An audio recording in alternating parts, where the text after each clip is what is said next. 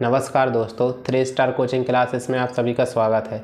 आज अपन हिंदी के शिक्षक पात्रता परीक्षा के हिसाब उसके अनुसार लगभग जो इम्पोर्टेंट क्वेश्चन है वो 30 क्वेश्चन आज देखेंगे। उसकी पीडीएफ लेके आए हैं, तो इसमें देखते हैं क्वेश्चन नंबर फर्स्ट से। ठीक है, तो पहला क्वेश्चन इसमें क्या है। पहला क्वेश्चन है, घोंसले में चिड़िया है में कौन सा कारक है। मतलब ये किसके लिए बोल रहा है, ये बोल रहा है अंधर के लिए। मतलब क्या है, घोंसले और चिड़िया दोनों का संबंध बता रहा है, इसलिए इसमें कौन सा कारक होगा, अधिकरण कारक। ठीक है, इसमें होगा अधिकरण कारक।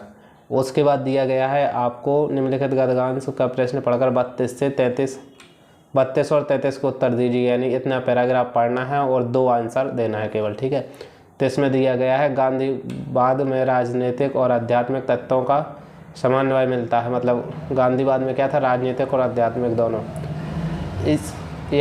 यही इस बात की विशेषता है कि यह संसार में जितने भी बात प्रचलित हैं वह प्राय राजनीतिक क्षेत्र में सीमित हो चुके हैं। आत्मा में उनका संबंध विच्छेद होकर केवल बाह्य संसार तक उनका प्रसार रह गया है। मन की निर्मलता और ईश्वर निष्ठा से आत्मता को शुद्ध करना गांधीवाद की प्रथम आवश्यकता थी। मतलब गांधीवाद की प्रथम आवश्यकता क्या बताई इसने, मन की निर्मलता और ईश्वर की निष्ठता से आत्मा को शुद्ध करना ही गांधीवाद की प्रथम आवश्यकता है। ठीक है, ऐसा करने से निस्वार्थ बुद्धि का विकास होता है और मनुष्य सच्चे अर्थों में जनसेवा के लिए तत्पर हो जाता है। गांधीवाद के संप्रदाय से कोई स्थान नहीं है। इस समस्या का हल करने के लिए गांधी जी ने अपने जीवन को बलिदान कर दिया था। ठीक है, उसके बाद इसका क्वेश्चन आता है, उपयुक्त गद्यांश के आधार पर बताइए कि संसार के सारे बात सीमित हैं। धर्म तक, पहला ऑप्शन है धर्म तक, दूसरा संप्रदाय तक, तीसरा राजनीतिक क्षेत्र तक, चौथा आत्मा तक। तो जितने भी हैं हैं तो वो कौन से हैं, राजनीतिक। सारे कहाँ तक सीमित हैं, राजनीतिक तक। ठीक है, तो इसका आंसर क्या होगा, राजनीतिक तक। जितने भी वाद हैं सब राजनीतिक संगठन है। अब इसके बाद इसी के आधारित अगला प्रश्न आया, उपयुक्त गद्यांश में गांधीवाद का आधार किसे बताया गया है। राजनीतिक और अध्यात्म और सांप्रदायिकता को, जनसेवा और आत्मता को, और राजनीतिक एवं आध्यात्मिक तत्व को, और ईश्वर निष्ठा और मन की निर्मलता को। तो गांधीवाद का आधार जिसे बताया गया है वो क्या है, यह है राजनीतिक और आध्यात्मिक तत्वों को। ठीक है, ये तीसरा नंबर का है, वो थोड़ी तिरछा हो गया है। ठीक है, इसके बाद चलते हैं अपन क्वेश्चन नंबर 34 के ओर। ठीक है, तो 34 में जो क्वेश्चन दिया गया है वो है, कनुप्रिया के रचनाकार कौन थे। मतलब कनुप्रिया जो एक रचना थी उसके रचनाकार कौन थे। तो कनुप्रिया के रचनाकार में ऑप्शन आता है, पहला नागार्जुन, दूसरा रंगे राघव, तीसरा धर्मवीर भारती और चौथा भागवती चरण वर्मा। तो इसमें जो होगा वो होगा इसका धर्मवीर भारती। मतलब जो धर्मवीर भारती की रचना थी कौन सी, कनुप्रिया। ठीक है, इसका आंसर होगा थर्ड। उसके बाद आते हैं अपन 35 पे। तो 35 में पूछा है, प्लुप्त सुर कौन सा है। मतलब जो सबसे लंबा खिंचे। तो सबसे लंबा खिंच में इसमें क्या है, ऑप्शन नंबर ओम, औम, फिर ओम और फिर ओम। तो जो ओम खिंचेगा सबसे ज़्यादा वो होगा जो सेकंड नंबर वाला ओम। ठीक है, यही शुद्ध ओम लिखा जाता है, ना ओम ऐसे लिखा जाता है, ना ऐसे ना ऐसे। तो ओम जे प्लुप्त सुर में आएगा। ठीक है, उसके बाद देखते हैं 36। तो 36 में लिखा है, राम आम खाता है में वाच्य का कौन सा रूप है। अब देखना, राम क्या कर रहा है, खा रहा है। किसको खा रहा है, आम को। तो वो क्या कर रहा है, ये काम कर रहा है। ठीक है, तो इसके ऑप्शन देख लो, कृतवाच्य, भाववाच्य, कर्मवाच्य और उभयवाच्य। ठीक है, तो कृतवाच्य मतलब वो क्या कर रहा है, आम खा रहा है। तो इसका ऑप्शन हो जाएगा पहला कृतवाच्य, क्योंकि वो कर्म कर रहा है।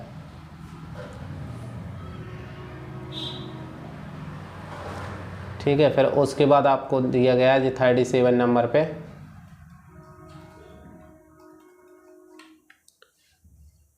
ठीक है, इसमें ऑप्शन दे दिया गया है, एक रहमन पानी राखिए बिन पानी सब सून, पानी गए न उगरे मोती मानस चून। मतलब इस दोहे में कौन सा अलंकार है, ये इतना फेमस दोहा है। ठीक है, तो इसमें देखो श्लेष ऑप्शन में दिया गया है, रूपक दिया गया, उत्प्रेक्षा और उपमा। ठीक है, तो इसका जो आंसर होगा वो होगा श्लेष। ठीक है, नहीं, इसमें किसी की उपमा रूपक, मतलब इसका बार बार शब्द नहीं आए तो रूपक नहीं है, उपमा और उत्प्रेक्षा नहीं है, इसमें क्या है, श्लेष है। ठीक है, उसके बाद आते हैं अपन 38। तो 38 में लिखा निम्नलिखित में से कौन सा शब्द शुद्ध है। ठीक है, अब शुद्ध शब्द के बारे में पूछ रहा है तो देखो इसमें देखो पहला दिया है अंक, दूसरा अंगना, तीसरा आँख और चौथा क्या दिया, दूसरा दिया गया है चांद और चौथा क्या दिया गया है, आँख। ठीक है, तो इसमें जो अंगना होता है वो लिखा जाता है ऐसे। देखो चांद में चांद बिंदी आती है, चांद बिंदी के लिए ऐसा लगता है डंडा। ठीक है, फिर बिंदी रखती है। इसी प्रकार आँख में और इसी प्रकार आँख में अंक होता है, अंक जो चांद बिंदी का वो नहीं होता है। ठीक है, तो इसलिए ये शुद्ध होगा। उसके बाद आता है 39। इसमें लिखा निम्नलिखित में से किस शब्द की वर्तनी सही है।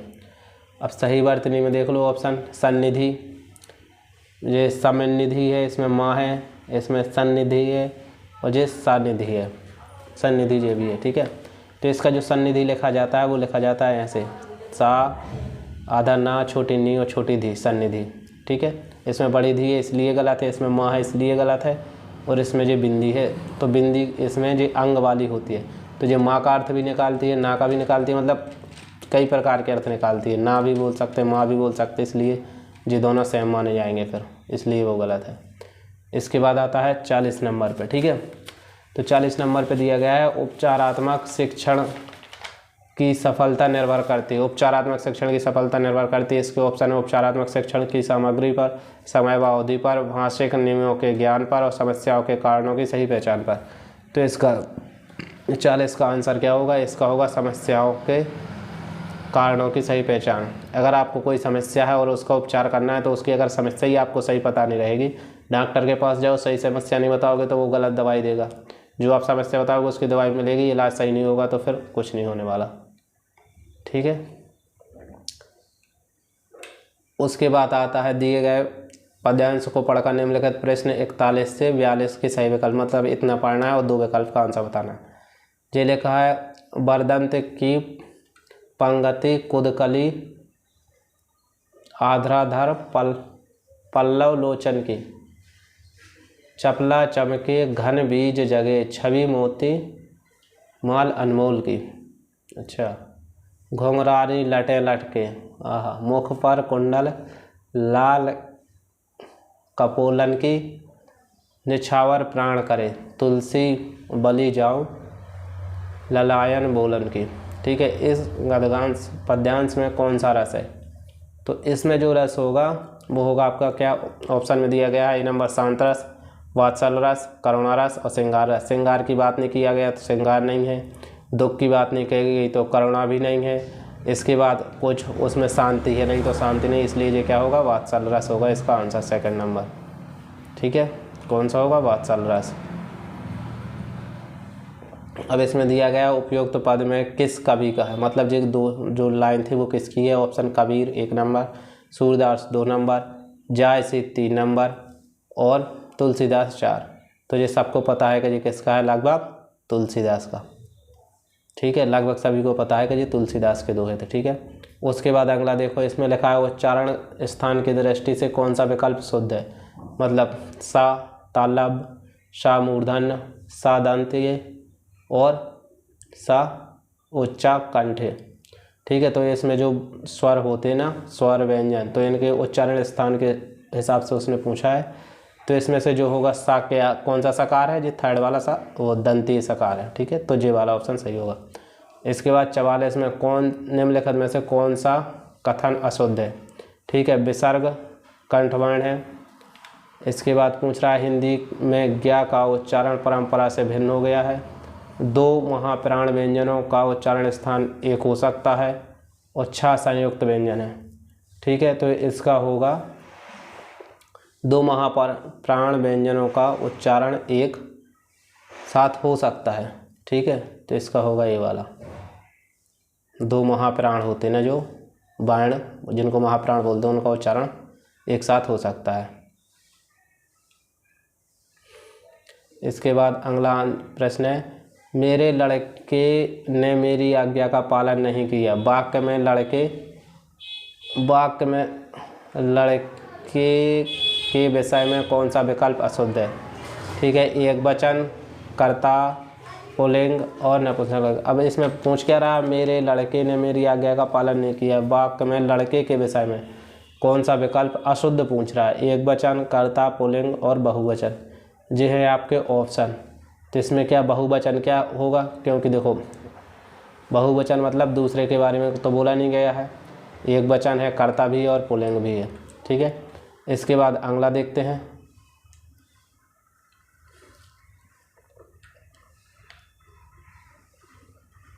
ठीक है, इसमें है निम्नलिखित में से कौन सा शब्द तद्भव है। ठीक है, अब तद्भव शब्द देखना है। देखो नाथ, खेत, त्रिकुटी और प्रभु।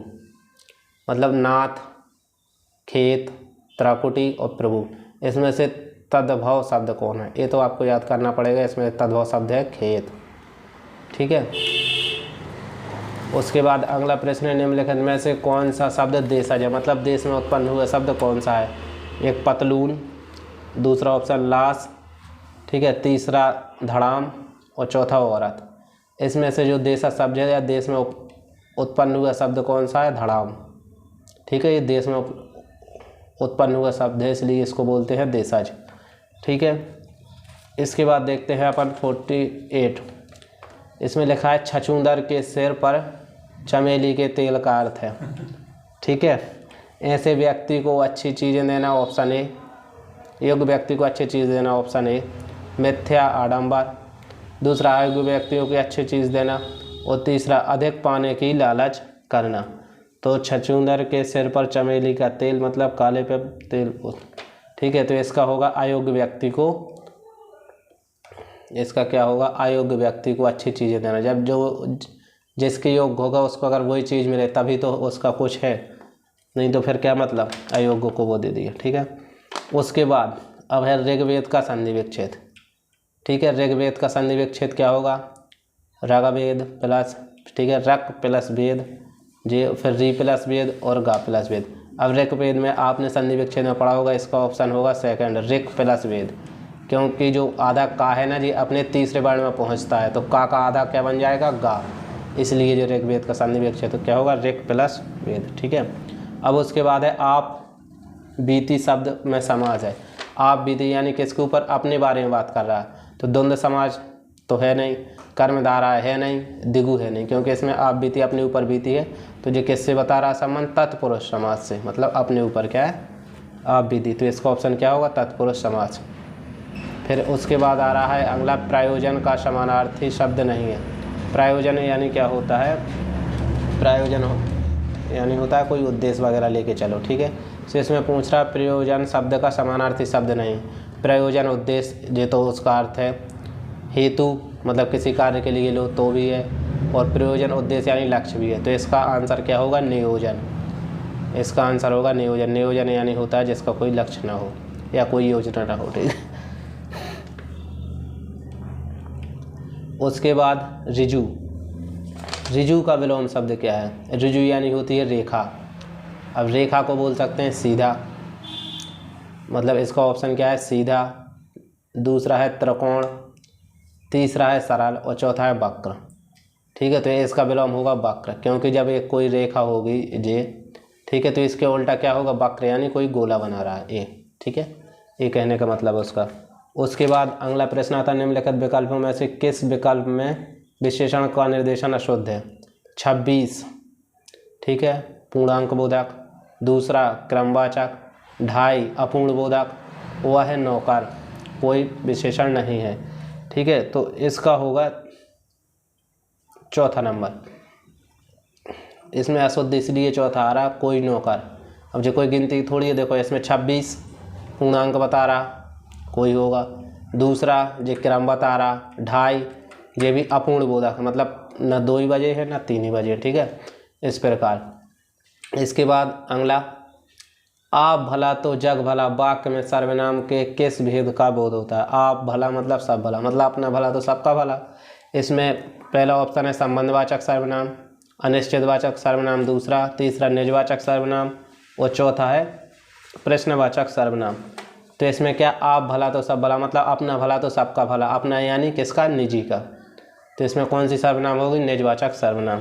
ठीक है, उसके बाद निम्नलिखित में से कौन सा एक पुल्लिंग है, ठीक है। संतान ऑप्शन 1, कड़ी, चील और सरसों, ठीक है। तो इसमें संतान क्या है, संतान दोनों हो सकते हैं, ठीक है। तो इसमें ऑप्शन क्या होगा इसका, संतान पुल्लिंग में आएगा। कड़ी वो सब्जी वाली कड़ी में जो स्त्रीलिंग के लिए जा रहा है, चील स्त्रीलिंग है ये, और सरसों भी किस में, स्त्रीलिंग में प्रयोग होता है, इसलिए संतान को गया है वो। संतान यानी होता है पुत्र, ठीक है। अब इसमें अगला देखो, प्रकाशन वर्ष की दृष्टि से डॉक्टर हरिवंश देखो प्रकाशन वर्ष की दृष्टि से डॉक्टर हरिवंश राय बच्चन की रचनाओं का अनुक्रम है। अब इनकी रचनाएं देखना, ठीक है। ऑप्शन पहला में है मधुबाला, मधुशाला, निशा, निमंत्रण, मधु कलश, मतलब जो इन सारी रचनाएं इन्हीं हरिवंश राय बच्चन ही की हैं, लेकिन इनका क्रम मतलब पहले कौन सी लिखी, फिर उसके बाद कौन सी आई, फिर उसके बाद कौन सी आई, ठीक है। तो इसमें दूसरी है मधुशाला, मधुबाला, मधुकलश, निशा, निमंत्रण, ठीक है। तीसरा है मधुकलश, मधुबाला, मधुशाला, निशा, निमंत्रण, और चौथा ऑप्शन है निशा, निमंत्रण, मधुशाला, मधुकलश और महू।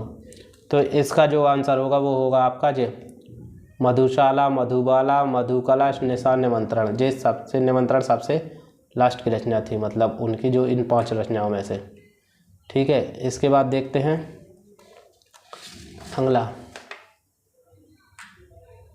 इसमें क्या दिया गया है, देखो हिंदी साहित्य सम्मेलन कब हुआ, ये आपको पता होना चाहिए। दूसरा, काशी नगरी प्रचारणी सभा कब हुई, और राष्ट्रीय प्रचार समिति वर्धा ये कब हुआ, ठीक है। तो इनके जो सन दिए गए हैं। तीसरा देखो, इसमें देखते हैं पहले हिंदी साहित्य सम्मेलन, हिंदी साहित्य सम्मेलन कब हुआ था, ये हुआ था 1910 में, ठीक है। इसको 1 नंबर बना दो, 1। दूसरा, काशी नगरी प्रचारणी, ठीक है, सभा कब हुई थी, ये हुई थी 1893 में, ठीक है, ये दूसरा हो गया। और उसके बाद हुआ था क्या, राष्ट्रभाषा प्रचार समिति वर्धा में सम्मेलन हुआ था 1803 में, जो हो गया तीसरा। देखो ऑप्शन कौन से है, पहले में CAB, मतलब पहले का C, दूसरे का A और तीसरे का B, मतलब इसमें पहला ही सही आ रहा आंसर, ठीक है। बाकी और जाने में वही नहीं है, ठीक है। अब इसमें तुलसीदास के रचनाकार हैं। अब तुलसीदास के रचनाकार हैं doctor Ramvilas Sharma, option A, B Keshavdas, तीसरा महादेवी वर्मा, और चौथा सूर्यकांत त्रिपाठी निराला, ठीक है। सो इसका ऑप्शन क्या होगा, आंसर सूर्यकांत त्रिपाठी निराला। जो तुलसीदास जो रचना लिखी गई थी उसके कौन थे, तुलसीदास के रचनाकार सूर्यकांत त्रिपाठी निराला जी। उसके बाद है अन्या से अनन्या आत्मकथा किसकी थी, अन्या से अनन्या आत्मकथा किसकी थी, तो ये है पहला ऑप्शन उषा, प्रियवदा, प्रभा खेतान, मन्नू भंडारी और सुषमा देवी। तो इस ये किसकी थी, प्रभा खेतान ने लिखी हुई थी, प्रभा खेतान ने लिखी थी कथा कौन सी, अन्या से अनन्या की ओर, ठीक है। अब देखो सबसे अच्छी वाक्य, प्रभु जी तुम चंदन हम पानी, किसका वाक्य है, कोई भी पूछ लेगा आखिर में बता देंगे रेदास का, क्योंकि रेदास के जो 5th या 6th क्लास में पढ़े हुए हैं अपन ने, प्रभु जी तुम चंदन हम पानी, ये वाक्य किसका है, रेदास का। धन्यवाद।